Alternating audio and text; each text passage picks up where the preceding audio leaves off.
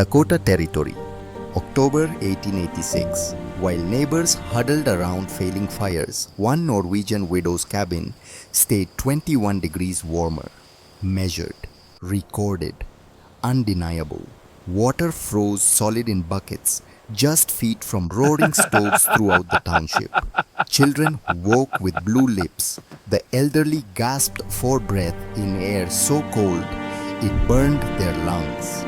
Families burned through cord after cord of precious firewood and still shivered beneath every blanket they owned. But inside Ingrid Larsson's cabin, the cabin they had called foolish, the cabin they had mocked as excessive water, remained liquid through the night. No frost touched the interior walls.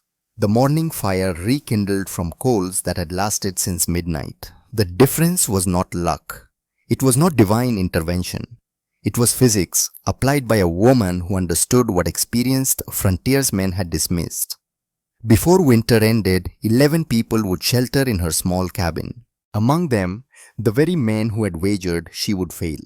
What did a 34-year-old widow grasp about wind, dead air, and heat loss that an entire township of veteran homesteaders had refused to see? The springtime mud of Dakota Territory clung to Ingrid Larsson's boots as she stepped down from the freight wagon.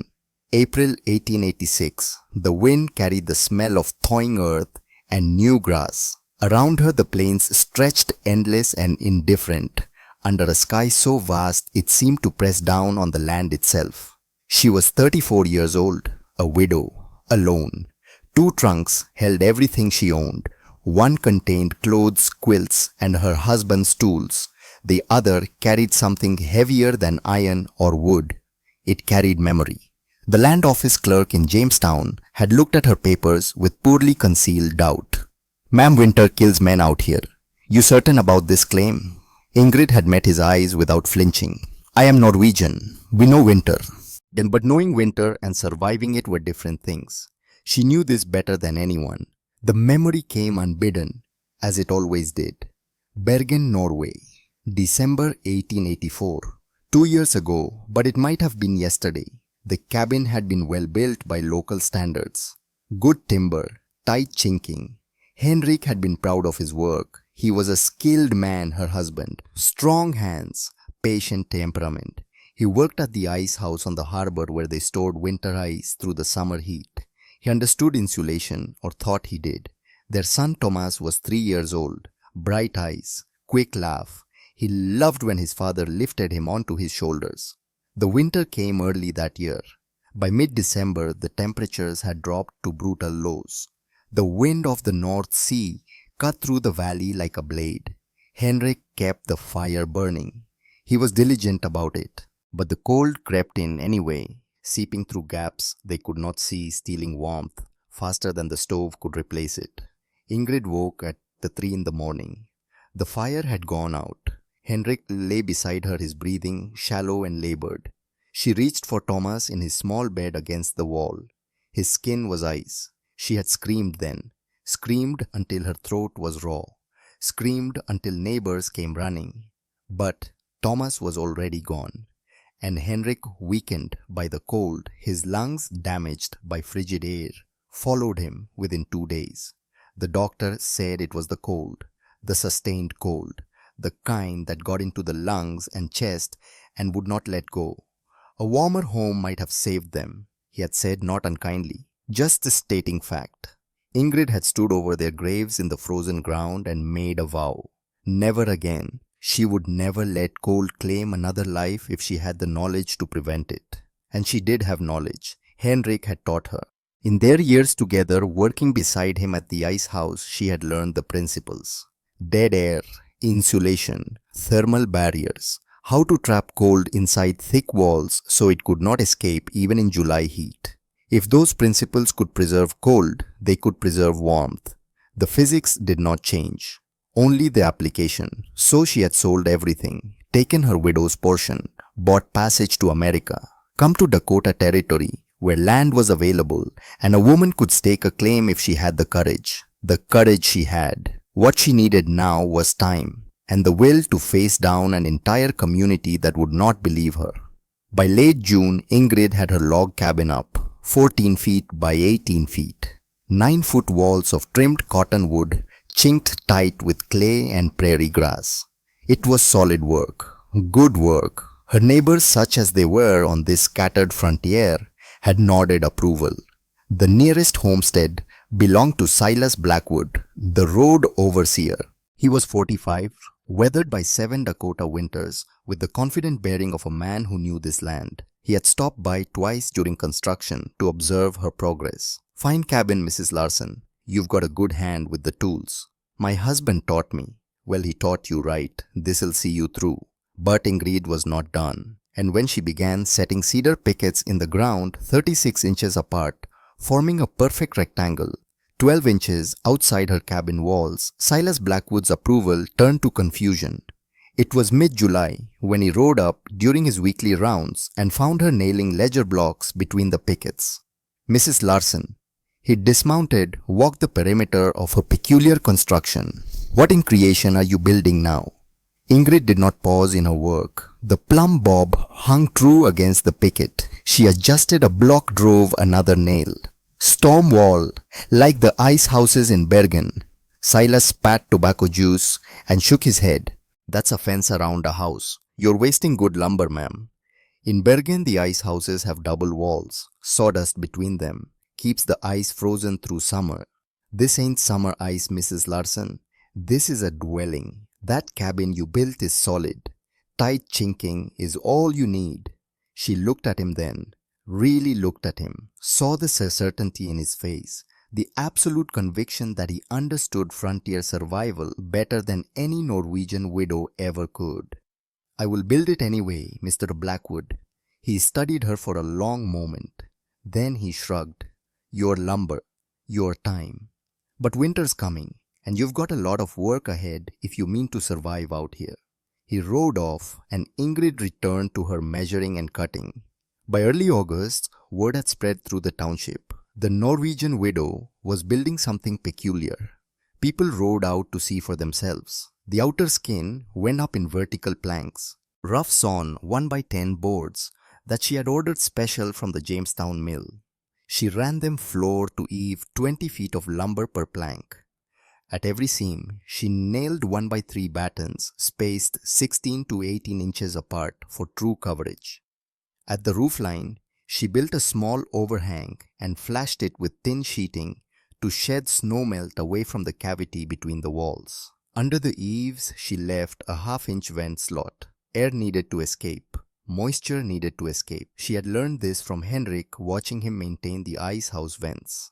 At the base, she left a 3/4-inch drainage gap and covered it with woven wire to hold whatever fill material she would stuff into that 12-inch space. The whole framework took her 4 days of careful measuring and cutting, and by then word had spread through the township that the Norwegian was building something peculiar. The school teacher came by in early August. Her name was Cordelia Hayes. She was 28, a widow herself, though she rarely mentioned it. She rode a bay mare and sat side saddle with perfect posture. "Mrs. Larson." She dismounted, approached the construction. "This is remarkable. You do not think it is foolish."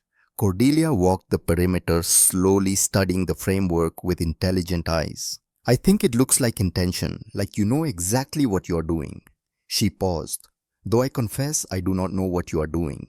And so Ingrid explained about dead air, about how moving air steals heat through something called convection, but trapped air holds warmth, about how the outer wall would take the wind's force while the inner wall sat protected in stillness. Cordelia listened without interrupting. When Ingrid finished, the schoolteacher nodded slowly. "You learned this from ice storage." "From my husband. He worked at the Bergen ice house. Double walls with sawdust between. It kept winter locked inside through July." "And you believe the principle works in reverse, that it can keep winter locked outside." "Physics does not change direction, Miss Hayes. Only application changes." Cordelia smiled then, a real smile, not the polite kind. "I keep weather records for the territorial government. May I document your results this winter, if there are results to document?" "Oh, there will be, one way or another." But most of the township did not share Cordelia's curiosity. They shared Silas Blackwood's skepticism. At the general store in late August, Ingrid overheard the conversations. She was purchasing nails when three homesteaders gathered near the stove speaking just loud enough to be heard. Widow's folly, they're calling it. Waste of good lumber, 12 inches of dead space around a perfectly fine cabin. Woman's got excessive worry in her. That's what happens when they try to homestead alone. Ingrid paid for her nails and left without comment. It was at the general store that she met Winona. The Lakota woman came in on a warm September morning carrying bundles of sewn goods, beaded leather pouches, quilted blankets with intricate patterns. She was perhaps 50, with grey threading through her dark hair and eyes that missed nothing. Winona set her goods on the counter and spoke to the storekeeper in practiced English. They negotiated briefly. Money changed hands. Then Winona gathered what remained unsold and turned to leave. Ingrid stepped forward. "Your blankets, they are beautiful." Winona stopped, studied her. "You are the woman building the double wall. You know about that." "Everyone knows. They laugh, but I do not laugh." "Why not?" Winona gestured for Ingrid to follow her outside. In the shade of the store's awning, she set down her bundles and crouched in the dust. With one finger, she drew two circles, one inside the other. "This is teepee. Outer hide catches wind, but inside we hang liner. Cloth walls this far from hide." She indicated a space of perhaps 8 inches. "Creates calm air between outer and inner. Traps warmth, stops drafts that make winter camps unbearable." Ingrid stared at the drawing in the dust. The principle was identical. Exactly identical. "Your people have done this for how long?" "Longer than anyone remembers, since the beginning. And the white men never asked you how you stayed warm." Winona's expression did not change, but something flickered in her eyes. White men do not ask, they tell. They were quiet for a moment. Around them the prairie wind moved through the tall grass, making it whisper and sway. "I would like to buy 2 of your blankets," Ingrid said, "for my cabin, and I would be honored if you would tell me more about the liner construction, how you ventilate them, how you prevent moisture buildup." Winona considered this. "You have something to trade. I have enough white man's money for today. I can sew, not as beautifully as you, but serviceable. If you have mending or if you need practical work done. You do not have much time before winter. You should be gathering fill for your double wall." "I can do both. I am Norwegian. We work efficiently." Something that might have been approval crossed Winona's face. "Then we trade. But I tell you, true Norwegian woman, your double wall is good thinking, same thinking my people used. But white men in this township will not like a woman proving them wrong, especially a widow woman with no husband to speak for her." "I know. And you build it anyway." "I have to. I lost my husband and son to cold in a single wall cabin. I will not let it happen to anyone else if I can prevent it." Winona picked up her blankets and handed 2 to Ingrid. "Then you are not building for yourself. You are building for memory. That is good medicine. I will help you." Over the next 3 weeks, Winona came by twice. She explained how the Lakota positioned their teepee liners to maximize the dead air space, how they left gaps at the top for smoke and moisture to escape, how they weighted the bottom with stones to prevent drafts from flowing underneath. The principles aligned perfectly with what Ingrid had learned from Henrik at the ice house. Different materials, different structures, same physics. As September turned to October, Ingrid began filling the 12-inch cavity.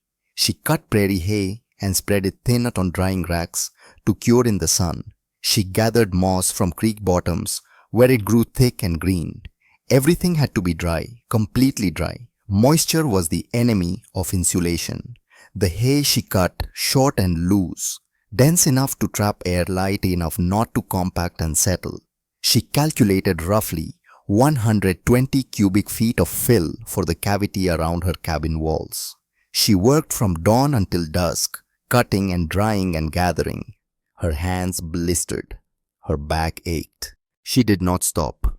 An elderly carpenter named Samuel Whitfield rode out in mid-September. He was 68 years old, with gnarled hands and sharp eyes. He walked the perimeter of her construction without speaking. Then he turned to her. "Your husband taught you ice house principles." "Yes." And you adapted them to this? Yes.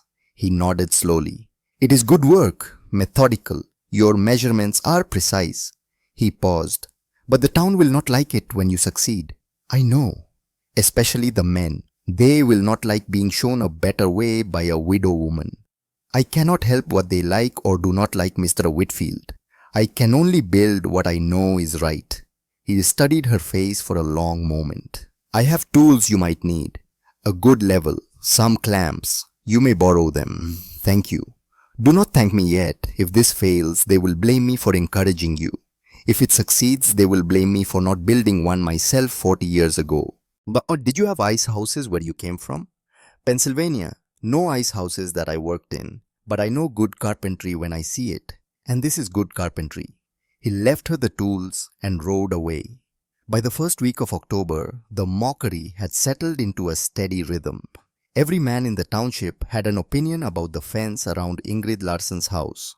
None of the opinions were favorable. At a township meeting on October 9th, Silas Blackwood stood and addressed the gathering. I want to speak about Mrs. Larsson's situation. Ingrid was not present. She was home tamping the last of the loose hay and moss into the wall cavity. But Cordelia Hayes was there taking notes for her territorial records. She told Ingrid about it later.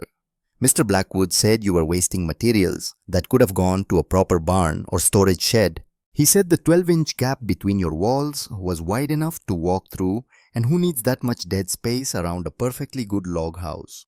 What else? He said that when the first hard freeze comes, your fancy fence will prove worthless. He said he would buy drinks for everyone at the next township gathering when you admit it was folly. Ingrid had continued her work without looking up. He is entitled to his opinion. Are you not angry? Why would I be angry? He believes what he believes, based on his experience. My cabin will speak for itself when winter comes. You are remarkably calm about this. I am tired, Miss Hayes. I have been working since April. I am not calm. I am simply too exhausted to waste energy on anger. But there was more to it than that. Ingrid had learned something in those terrible days after Henrik and Thomas died. Anger did not warm a cabin. Shouting did not seal a gap. Only work mattered. Only preparation mattered. The people of this township did not believe her. That was their burden to carry. She had carried her own burden for 2 years. She knew how heavy doubt could be, how it could crush you if you let it. She would not let it. By October 14th, the cabin was complete. Every cavity filled, every seam battened. The vestibule door hung true on its hinges. The muslin windchecks were tacked in place above the loose fill to prevent settling. The vent slots at the eaves breathed gently when she held her hand near them. For doors and windows, she had hinged the outer planks like shutters. They could swing open for access during mild weather but seal tight against the storms. The work had taken her from late June through mid-October, nearly 4 months. That was 6 weeks longer than most men needed to finish a cabin completely. She had no barn, no proper storage shed, no fences for livestock she did not yet own. Every resource had gone into this one structure, this double-walled cabin that the township called excessive and foolish. That night she lit her first fire in the completed cabin. She sat on the floor with her back against the interior log wall and felt the warmth settle around her like a blanket. Outside, the October wind blew cold across the plains. Inside, the air remained still, calm, protected. She thought of Henrik, of little Thomas, of that terrible December night when she had woken to find her son's skin like ice. I learned, she whispered to the empty cabin. I learned, and I will not forget. The fire crackled, the wind blew, and Ingrid Larsson waited for winter to test what she had built. The first snow came on October 15th. Not the testing snow, not yet, but enough to dust the prairie white and remind everyone that the killing season was coming. Ingrid woke early and checked her systems. The vent slots clear, the drainage gap draining, the outer shutters secure, everything ready. She walked to the general store for supplies and found a group of men gathered on the porch. They went silent when she approached. She nodded politely and went inside. Behind her, she heard their laughter start up again. Bet she freezes by Thanksgiving. Woman's gonna burn through her whole wood pile by December. Should have built a barn instead of that fortress. Cordelia Hayes was at the counter purchasing chalk for her schoolroom. She glanced at Ingrid with sympathy. Do not listen to them. I do not need to listen. I need to survive. They are different skills. You are very stoic. I am very Norwegian. Cordelia smiled at that. Then her expression turned serious. I've been watching the weather signs. The geese left early this year, 2 weeks earlier than last year. The woolly caterpillars have thicker bands. The horses are growing heavier coats. You think it will be a hard winter? I think it will be a terrible winter, the kind that kills people. Ingrid met her eyes. Then I am grateful my cabin is ready. So am I, Mrs. Larson. Because when that terrible winter comes, I believe your cabin might be the only truly safe one in this entire township. They stood quietly for a moment while the storekeeper wrapped Cordelia's chalk. Outside, the men's laughter had faded to murmurs. They will see, Cordelia said softly. When the storms hit, they will see. Perhaps they will find some other explanation. People often do. You think they will not believe even then? I think belief is complicated, Miss Hayes. I think people protect their pride very carefully, and admitting you were wrong costs more than most men want to pay. Even if the cost of being right is freezing to death. Ingrid pulled her shawl tighter. Especially then. She left the store and walked home across the prairie. The wind had shifted, coming from the north now, colder, more insistent. Above her, the sky stretched vast and grey. Somewhere in that greyness, winter was gathering its strength. She thought again of Henrik and Thomas, of the promise she had made over their graves. Never again. She had done everything she knew how to do, applied every principle Henrik had taught her, learned from Winona's people, built with Samuel Whitfield's tools and Cordelia Hayes's encouragement. Now there was nothing left but to wait, to let winter come, to let her cabin prove what words could not. The snow fell harder as she walked. By the time she reached home, the prairie had vanished beneath white. She went inside, closed the outer shutter, closed the inner door. The wind howled outside. Inside, the air remained still. She lit her fire and settled in to wait. Winter was coming to Dakota Territory, and Ingrid Larson was ready. The blizzard arrived without warning. October 15th, 3 hours past midnight. Ingrid woke to a sound she had not heard since Bergen. The wind did not howl. It screamed, a high terrible keening that seemed to come from the earth itself. She rose and went to the window. In the darkness, she could see nothing, but she could feel it. The violence in the air, the malevolence of moving cold. She lit a lamp and checked her fire, still burning low and steady from the banking she had done before bed. She added 2 logs and closed the stove door. Then she simply waited, listening to the storm announce itself. By dawn, 3 feet of snow had fallen. The wind drove it horizontal, creating drifts that reached the eaves of buildings and buried fence posts completely. Sustained winds of 35 miles per hour with gusts that bent young trees nearly double. And the cold. Temperatures had dropped to 14 below zero. Ingrid dressed warmly and opened her inner door. Then she opened the outer shutter. The storm hit her like a physical blow. Snow drove into the 12-inch cavity between her walls with furious force. But when she closed the outer shutter and returned inside, sealing the inner door behind her, the violence stopped. Inside, the air remained calm. She lit her lamp and took her first temperature reading. 6 in the morning as the grey dawn struggled through the storm. She had purchased a mercury thermometer from the Jamestown hardware store, specifically for this purpose. First, she opened the outer shutter again, just enough to place the thermometer against the interior surface of the outer plank wall at floor level. She waited 3 minutes. Then she retrieved it. 14 degrees below zero. The reading matched the thermometer she kept outside. Next, she placed the thermometer against the interior log wall, 3 feet from her stove. She waited, retrieved it. 7 degrees above zero, 21 degrees of difference. She wrote the numbers carefully in a small leather ledger. Date, time, both readings, the differential. Then she made coffee and sat by her fire, listening to the storm rage against walls it could not penetrate. 3 miles south, Silas Blackwood woke to a sound that made his heart sink. Ice cracking. Not ice on a pond or creek. Ice forming in the water bucket that sat 4 feet from his stove. He threw off his blankets and immediately regretted it. The air in his cabin felt barely warmer than the storm outside. His breath came in visible clouds. Frost coated the interior surface of his log walls, crystalline and thick. He stumbled to the stove. The fire had gone out sometime in the night despite his careful banking. The wood was good. The stove was good. But something about this storm was simply overwhelming his cabin's ability to retain heat. He rebuilt the fire with shaking hands, feeding it kindling until flames took hold. Then he added split logs, big ones, more than he would normally burn in an entire evening.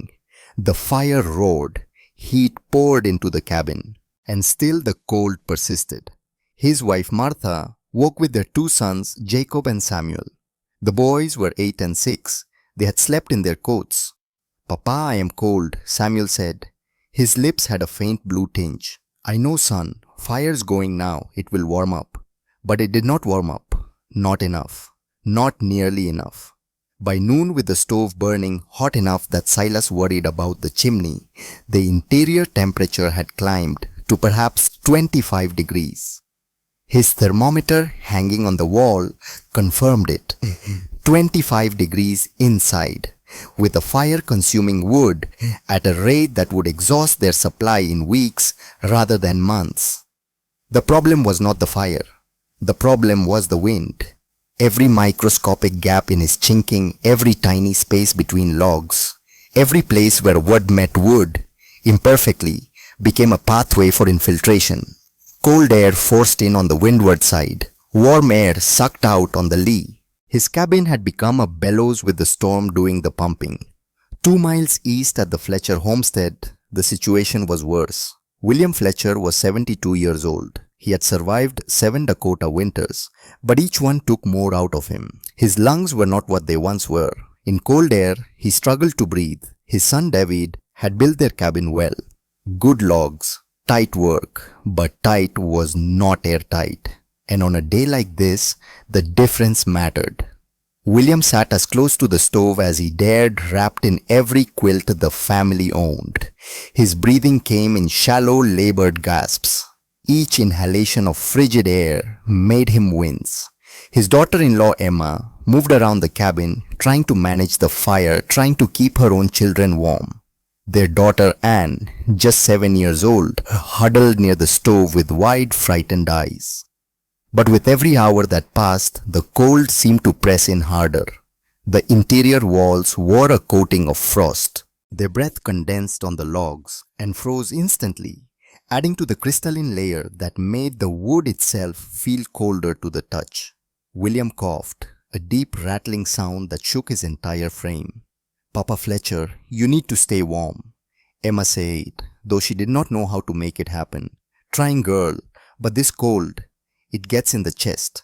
He coughed again, and this time there was blood on his handkerchief. At the Sullivan cabin, 18-month-old Emma Sullivan had developed a cough in the night.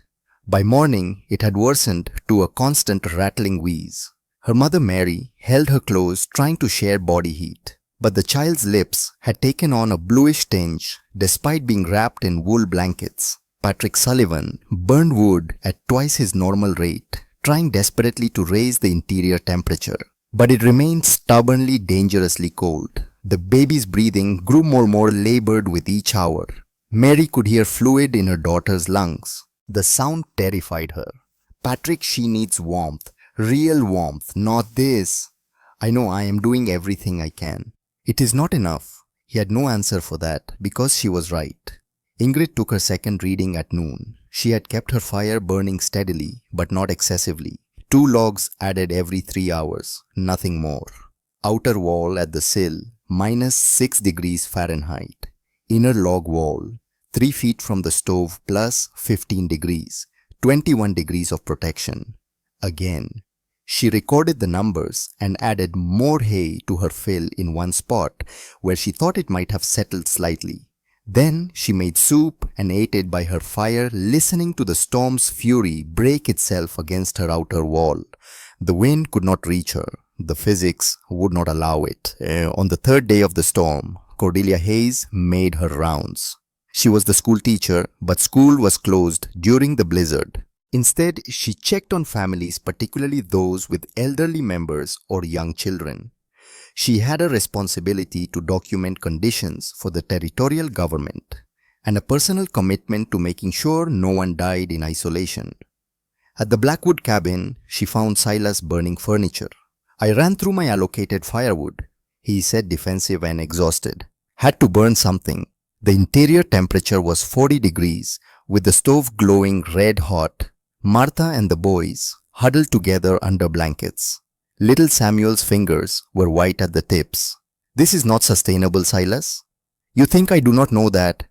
Cordelia took measurements. She recorded temperatures. She documented fuel consumption. Then she rode to the Fletcher place. William Fletcher could barely speak. His breathing was so labored that each word cost him. Emma had moved him directly beside the stove, so close his clothes were in danger of catching fire. Still his hands remained too cold to grip a cup steadily. Young Anne watched her grandfather with tears streaming down her face. "He needs consistent warmth," Emma whispered. "Not heat and cold. Not this battle. Consistent warmth above freezing." "I know," Cordelia said. "I am documenting everything." At the Sullivan cabin, baby Emma's condition had worsened. The child could not stop coughing, could not catch her breath properly. Mary's face was hollow with fear. "She's going to die," Mary said flatly. "In this cold, she's going to die." Patrick stood by the window staring out at the storm with the expression of a man who had run out of options. Cordelia wrote it all down, every detail, every temperature, every symptom. Then she rode north to Ingrid Larsson's cabin. The contrast was immediate and undeniable. When Ingrid opened her outer shutter to Cordelia's knock, snow swirled into the 12-inch cavity with violent force. But when Cordelia stepped through into this cabin proper and Ingrid closed the inner door, the violence stopped completely. The cabin was not hot, but it was warm, genuinely warm. The kind of warmth that sank into your bones and made your muscles unclench. Cordelia removed her coat and stood for a moment, simply feeling it. "Mrs. Larsson, Miss Hayes, I did not expect visitors in this storm. I am checking on families. May I take some measurements?" "Of course." Cordelia worked methodically.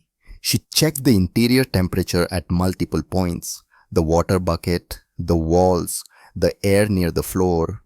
Everything read above freezing. Most areas were in the low 40s to mid 50s.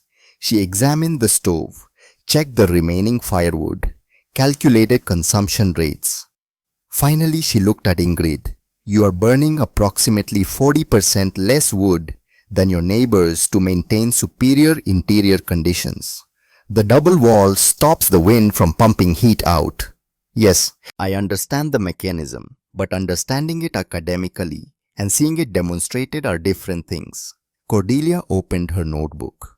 "May I see your temperature logs?" Ingrid handed her the leather ledger. Cordelia read through 3 days of paired readings. Every measurement showed the same result, a differential of 17 to 23 degrees between the outer wall surface and the interior log wall. "This is not luck," Cordelia said quietly. "This is applied thermodynamics. It is what my husband taught me, what I learned from the Lakota woman about teepee liners, what Samuel Whitfield's tools helped me build. The township needs to see this data. Will they believe it?" Cordelia closed the notebook and met Ingrid's eyes. Some will find reasons not to. Pride is a powerful insulator against truth." She paused. "But Mrs. Larsson, 3 families are in serious danger. William Fletcher's lungs are failing. Baby Emma Sullivan is developing pneumonia. The Blackwoods are burning their furniture and still the children are showing signs of frostbite." Ingrid felt the old grief stir in her chest. The memory of Thomas's frozen skin, What would you have me do? I do not know. I am only documenting. But I wanted you to know that your method works measurably, undeniably, and people are suffering because they did not build as you built. After Cordelia left, Ingrid stood by her window for a long time watching the storm. She had not built this cabin to prove anyone wrong. She had built it to keep herself alive, to honor the memory of her husband and son, to never let cold claim another life if she had the knowledge to prevent it. But knowledge unused was just information, and people were dying. The storm raged for 7 more days. On October 22nd, the wind finally began to ease. The snow stopped falling. Temperatures climbed slowly toward zero. Ingrid opened her outer shutters for the first time in a week. The cavity between her walls was packed with driven snow, but the inner wall showed no frost, no ice, no moisture damage. The system had worked exactly as designed. She took her final temperature reading of the first storm. Outer wall -2 degrees, inner wall +18 degrees, 20 degrees of protection. She recorded it in her ledger and closed the book. November 3rd arrived with the second storm. This one made the first seem gentle. The warning signs came in the afternoon. The sky turned a peculiar yellow-gray. The wind shifted suddenly to the north and began to build with terrifying speed. By nightfall, winds were sustained at 40 miles per hour, with gusts approaching 60. The temperature plummeted to 38 degrees below zero. This was the killing storm, the kind that killed people even when they thought they were prepared. Ingrid banked her fire carefully and settled in. She had enough wood, enough food, enough water stored inside. She could survive 2 weeks if necessary. But 3 miles away, people were running out of time.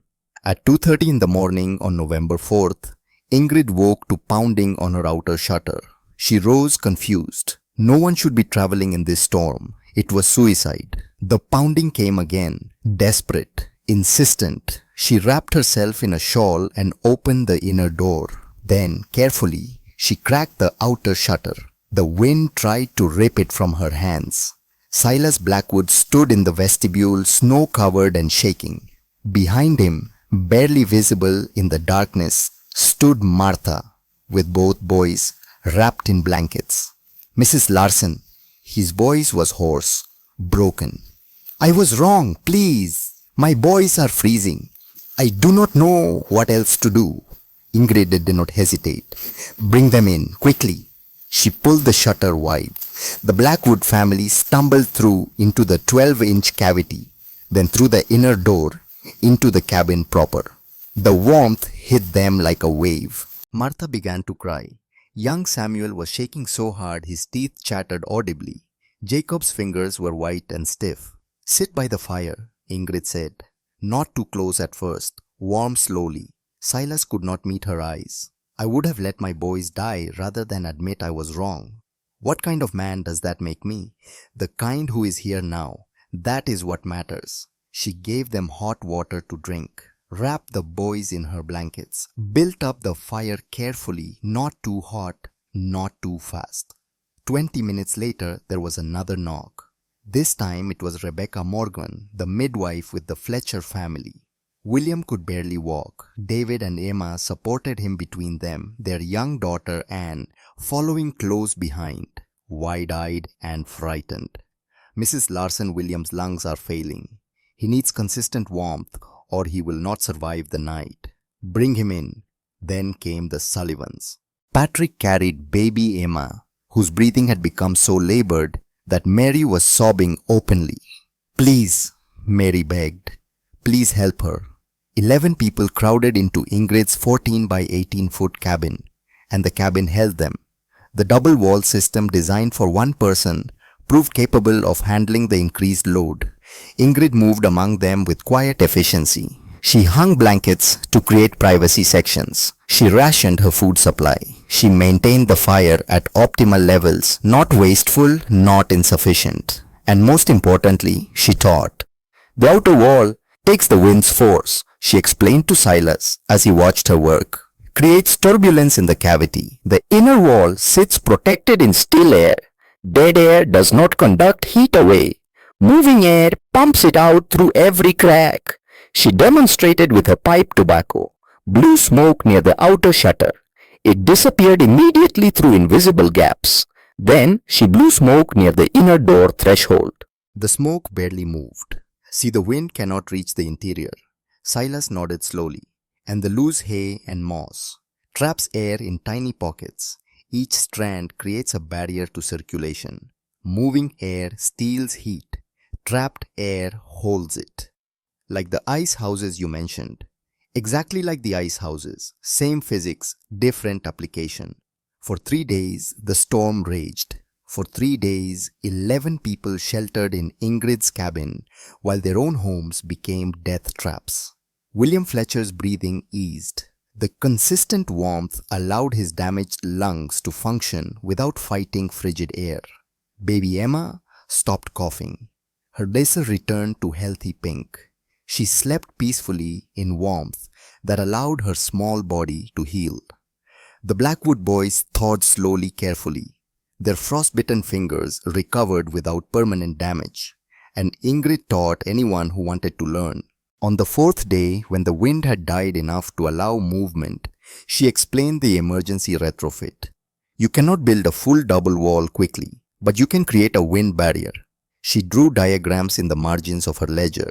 Lash plank screens or canvas 8 to 12 inches off your windward walls. The north and west faces primarily. Stuff the gap with loose straw from your barn reserves. Then hang blankets or muslin on the interior walls to limit drafts from the chinking. Will that be enough? Patrick Sullivan asked. It will not be as effective as a full cavity with proper fill, but it will stop the wind from pumping heat directly out of your cabin. It should raise your interior temperature 10 to 15 degrees in high winds. Why did you not tell us this before? Martha Blackwood asked, not accusatory, just genuinely confused. Ingrid was quiet for a moment. Would you have believed me? Martha had no answer. On the 5th day, the storm broke. Families prepared to return to their own claims. Silas approached Ingrid hesitantly. Mrs. Larson, I owe you an apology. Several apologies. I called your wall foolish. I bet against you publicly. I would have let my pride kill my family. You come here when it mattered. That is what I will remember. Still, I was wrong, completely thoroughly wrong. And you saved us anyway. What else would I do? He studied her face, trying to understand. Most people would have made us admit it, made us beg, made us feel as small as we made you feel. Most people did not watch their husband and child freeze to death. I did. I know what that cold can take. I will not let it take anyone else if I can prevent it, not even people who mocked me. She said it simply without drama or self-righteousness. Just fact. Silas held out his hand. Thank you. For my boys' lives, for my family, for teaching me instead of condemning me. She shook his hand. Go home, build your wind barrier, keep your family safe. That is thanks enough. One by one, the families left. They trudged through snow that came to their waists back to cabins that would be brutally cold until they could implement the emergency retrofits. But they left with knowledge, with measurements, with a method that could save their lives. Ingrid stood in her doorway and watched them go.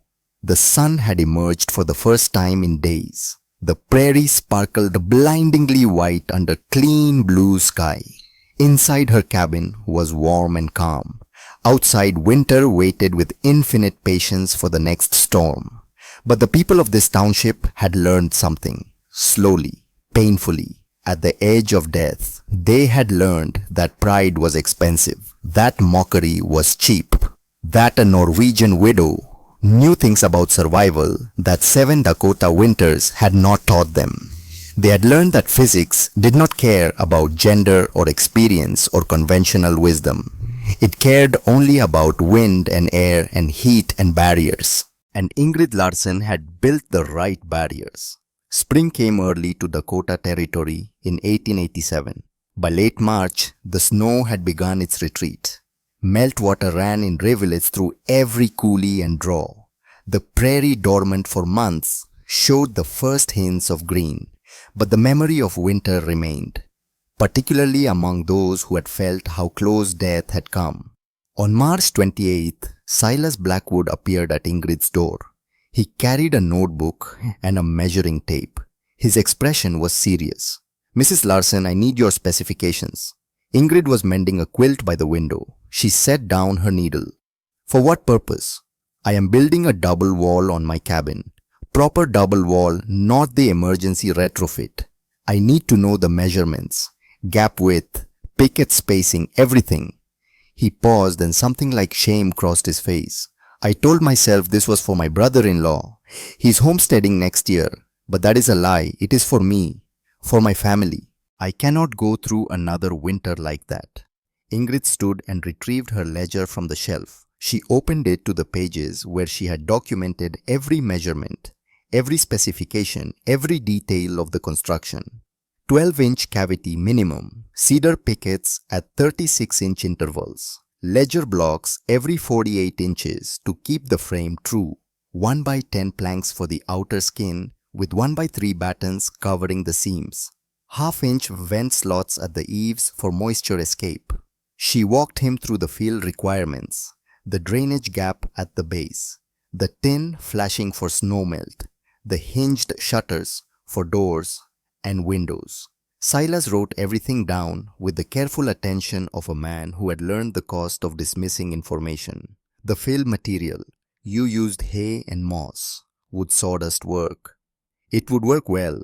Bergen ice houses used sawdust. It stays dry longer than hay. Costs more initially, but needs replacement less frequently. "How much will this cost me?" Ingrid calculated quietly. "Approximately $40 in lumber and materials. Perhaps $50 if you use sawdust from the Jamestown mill. And it will save me how much in fuel? 35 to 40% reduction in wood consumption. Perhaps $12 per month in severe weather. You will recover your investment in one winter." Silas looked at the numbers he had written. Then he looked at Ingrid. "I owe you more than an apology. I owe you my son's lives. But I cannot pay you for this knowledge. I spent my money on furniture I had to burn. I am not asking for payment.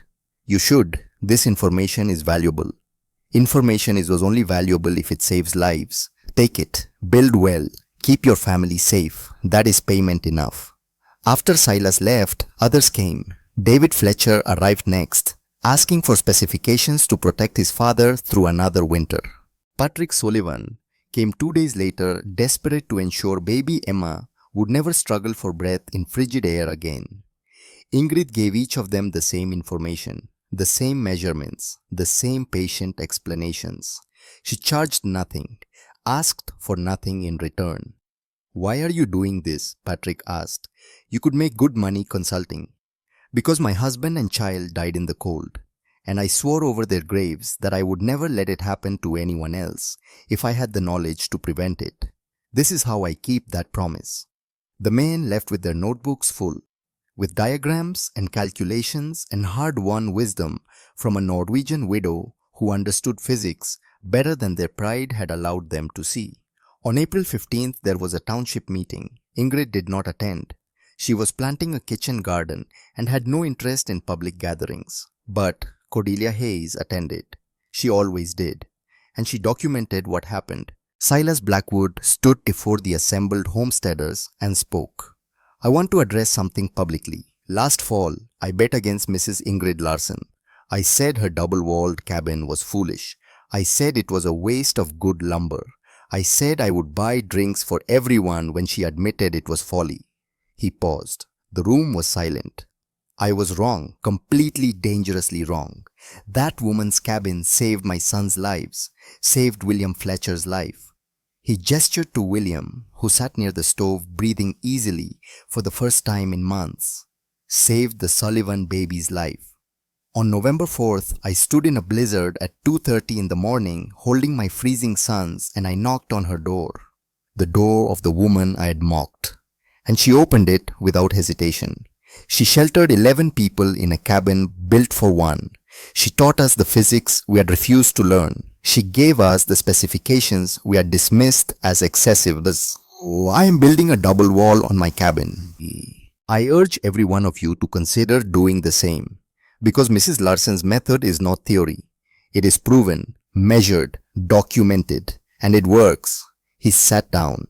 The room remained quiet for a long moment. Then, William Fletcher stood slowly, his breathing still a bit labored, but stronger than it had been.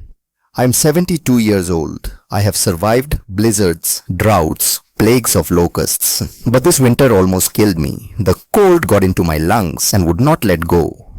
I was ready to give up. Then Mrs. Larson gave me consistent warmth, not heat and cold, not burning furniture to survive one more hour. Consistent warmth above freezing.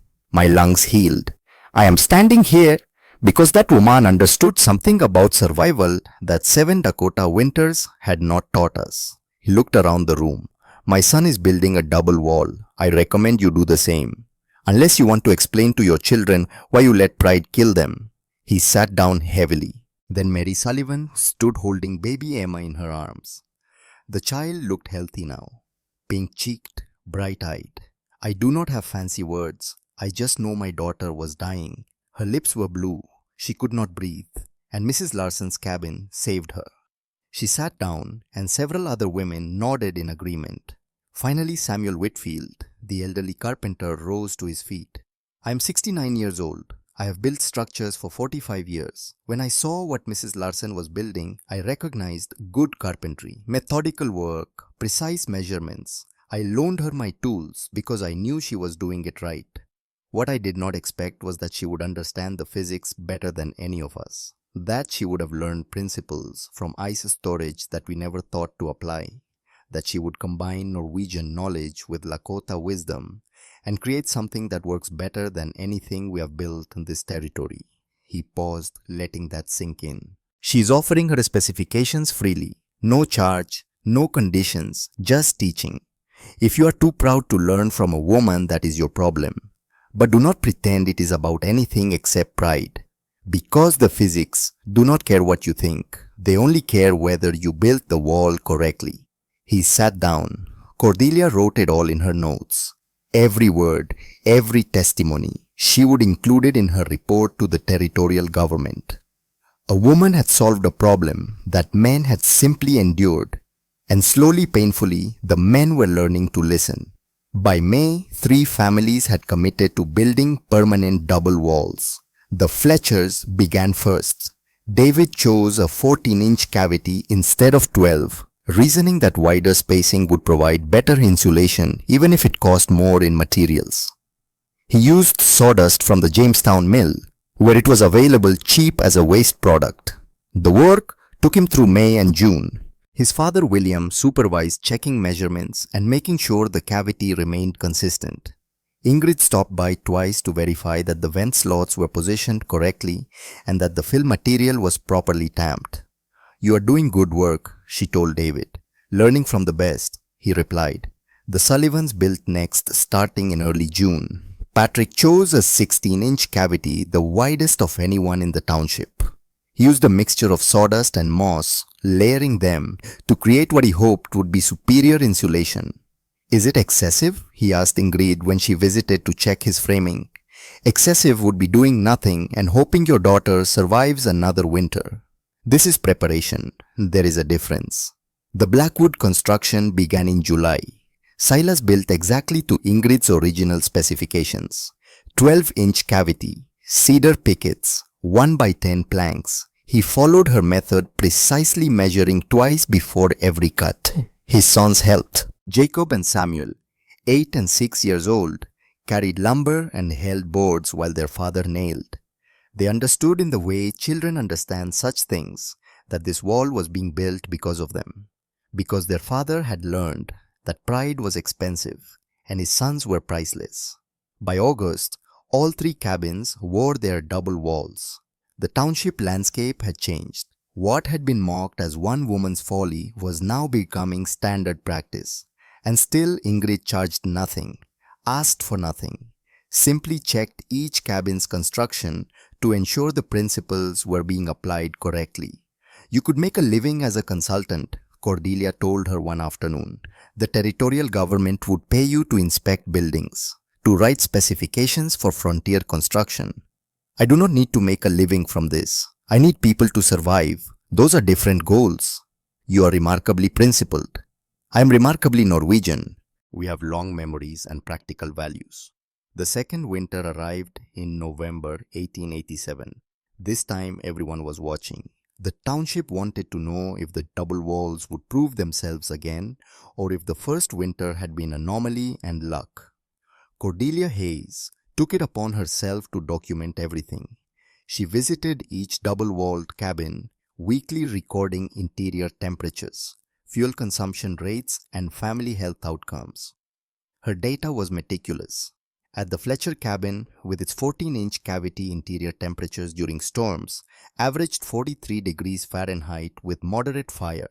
Fuel consumption was down 38% compared to their pre-retrofit winter.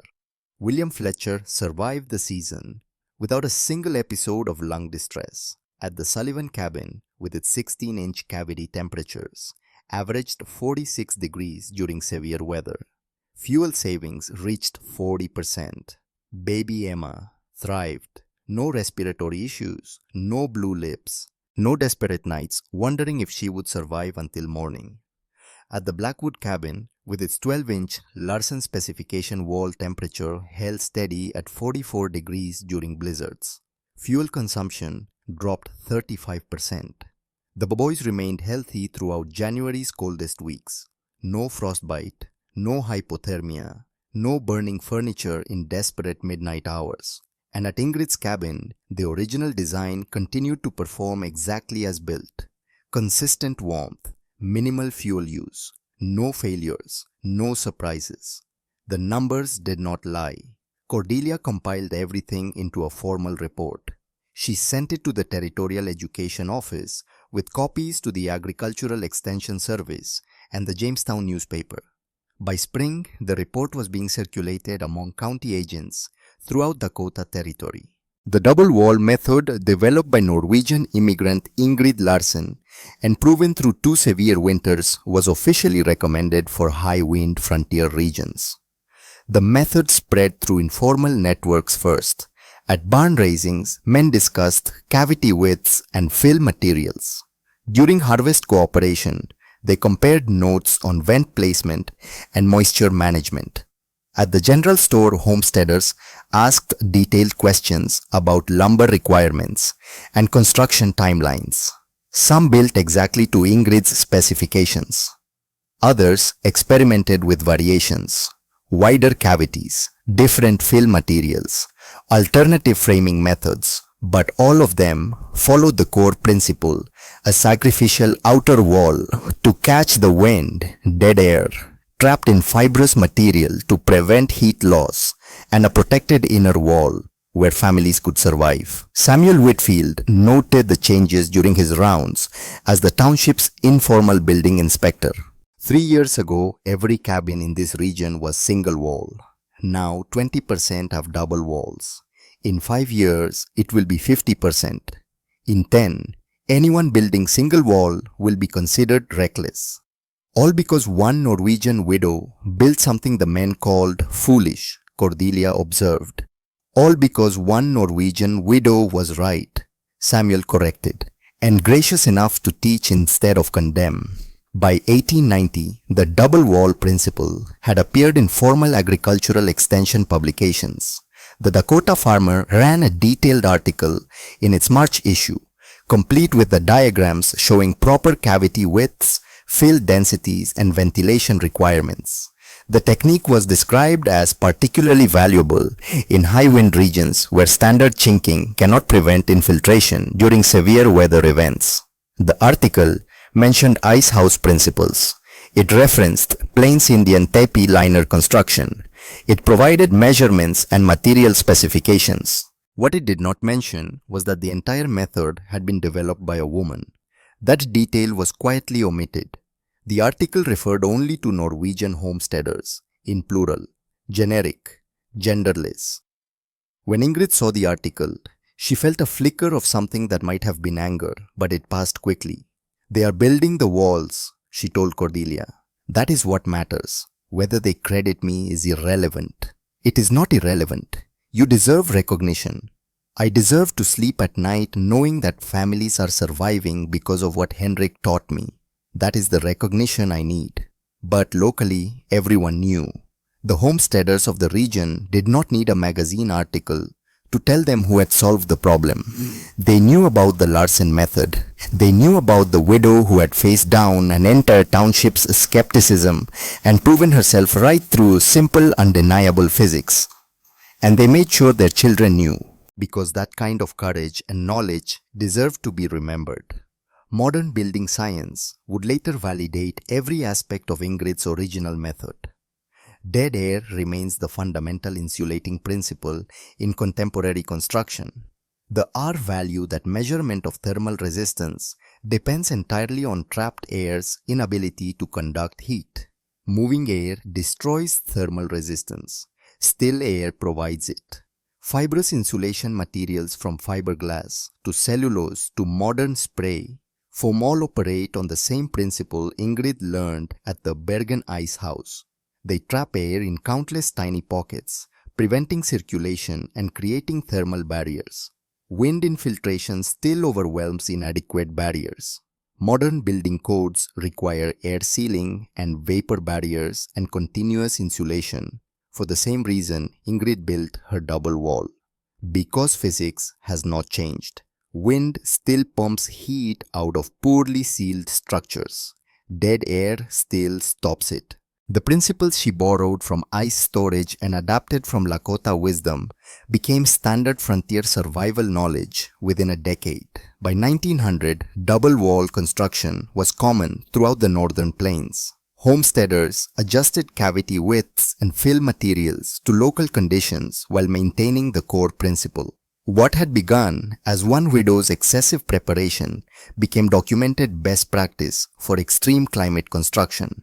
The method required more initial labor and materials than single-wall building, but the thermal performance and fuel savings justified the investment across multiple seasons. Families stayed warm. Elderly members survived winters that would have killed them in drafty cabins. Children grew up healthy in consistently heated homes. The numbers collected over years proved it conclusively.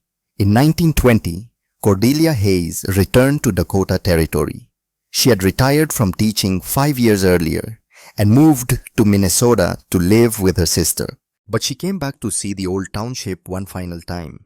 She was 61 years old. Ingrid Larsen was 68. They sat together in Ingrid's cabin, the original double-walled structure that had started everything. The cabin showed its age. The outer planks needed rebattening. The cavity fill had been replaced 3 times, but the system still worked. After 34 years, it still kept the widow warm through Dakota winters. They preserved your cabin, Cordelia said. The Territorial Historical Society wants to maintain it as an educational example. That seems excessive. It seems appropriate. You solved a problem that killed people, and you did it by combining Norwegian knowledge with Native American wisdom and Bergen Ice's storage principles. That is worth remembering. Ingrid was quiet for a moment, looking around the cabin that had saved so many lives. Do you know what I think about most? She finally said. Not the township meetings where Silas apologized. Not the families who built their own walls. Not even the magazine articles. What then? I think about Henrik and Thomas. About that terrible night in Bergen when I held my son's frozen body. About the promise I made that I would never let cold claim another life if I had the knowledge to prevent it. She paused, her hands folded in her lap. I kept that promise. For 34 years, I kept it. That is what matters. Cordelia nodded slowly. You know that 73 families across Dakota Territory built double walls using your method by 1892. That is documented. How many children survived who would have died? How many elderly lived to see grandchildren because you taught their families how to build correctly? I do not know. Hundreds, probably more.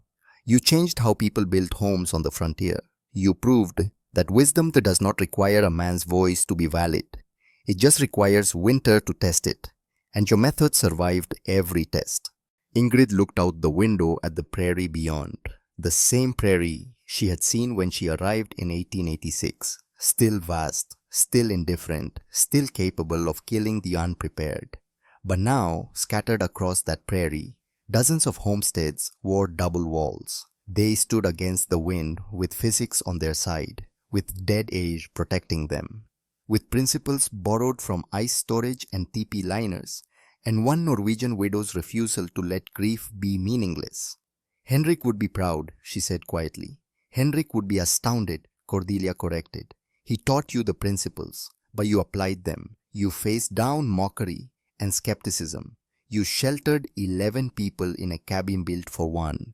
You taught anyone who would learn. That was all you. They sat in comfortable silence, two old women who had witnessed and documented and survived the brutal frontier years. Outside, the March wind blew cold across the plains. Inside, the double-walled cabin remained calm and protected. The physics had not changed in 34 years, and they never would.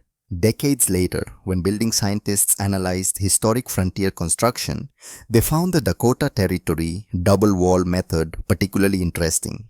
It predated modern insulation technology by 60 years, yet operated on identical principles. The R value of Ingrid's 12-inch cavity, filled with loose hay and moss, was estimated at approximately R14 to R17, respectable by modern standards, exceptional for 1886. Her understanding of air-sealing vapor barriers and thermal bridging was remarkably sophisticated for the era. She had intuited principles that would not be formally codified until the mid-20th century. Modern building codes require continuous insulation and air barriers for the same reasons Ingrid built her double wall in 1886. Because physics is eternal. Because wind pumps heat out of poorly sealed structures. Because dead air stops the pumping. The method she developed became a case study in adaptive technology, how settlers combined knowledge from multiple sources, how women contributed to frontier survival through practical innovation, how one structure could change an entire region's approach to building. But the real legacy lived in simpler terms. Children grew up warm, elderly members survived, families endured. On the plains where wind never stopped testing what humans built against its force, Ingrid Larsson's method had taken the teeth out of winter before it could reach the wall where people lived. That was the legacy, not recognition in magazines, not credit in official documents, not fame or fortune or public acknowledgement. Just the survival, just warmth, just the quiet satisfaction of keeping a promise made over 2 graves in frozen Norwegian ground. Some wisdom does not need a man's voice to be true. It just needs winter to prove it. And winter had proven Ingrid Larsson right. With every blizzard that came after 1886, the double wall stood, the principles held, the families survived. That was enough. That was everything.